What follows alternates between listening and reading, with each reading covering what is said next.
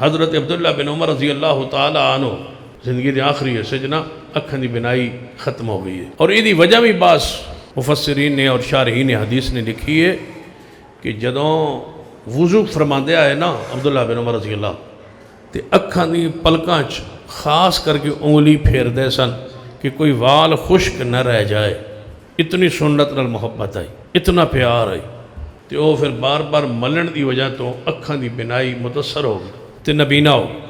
آپ دی شگرد ہے سیدنا مجاہد تابی رحمہ اللہ، وہ نال آئے تے سفر چاہے تے فجر دی نماز دا وقت ہوئے، پنڈ ایک بستی چن فجر دی نماز رات گزاری، فجر دی نماز پڑھن واسطے مسجد داخل ہوئے، مؤذن نے اذان دیتی، اذان تو بعد مؤذن نے تصویب شروع کر۔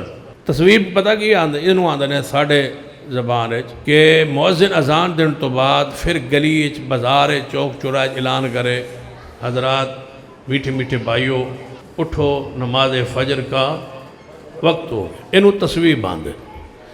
ہن ایک کہن دی ضرورت نہیں، کیوں؟ حی علی الصلاۃ ہو چکا ہے، حی علی الفلاح ہو چکا ہے، الصلاۃ خیر من النوم دی آواز آ چکی ہے، پھر اذان تو بعد للکارہ تے حکارہ تے اعلان تے تصویب تے آوازہ شروع ہے۔ اج کل بھی معاشرے جدوں مؤذن نے اذان دین تو بعد پھر بار گلی نکل کے چوک چورایا، لوگوں اٹھو نماز دا وقت ہو گیا۔ سیدنا عبداللہ بن عمر نے فرمایا، مجاہد جی، فرمایا میں اس مسجد چو لے چلو، میں اس مسجد چو باہر لے چاؤ، میں اس مسجد نماز نہیں پڑھاں گا، اس دا مؤذن بدعتی، وہ کم کر رہا جڑا حضور نے نہیں کیتا، وہ کم کر رہا جڑا صحابہ اکرام نے نہیں کیتا۔ کر کی رہا ہے؟ کدھر بلا رہا ہے؟ کچھ ہی بولو، بلا نماز آ رہا ہے، بدعت کیوں بلا رہا ہے؟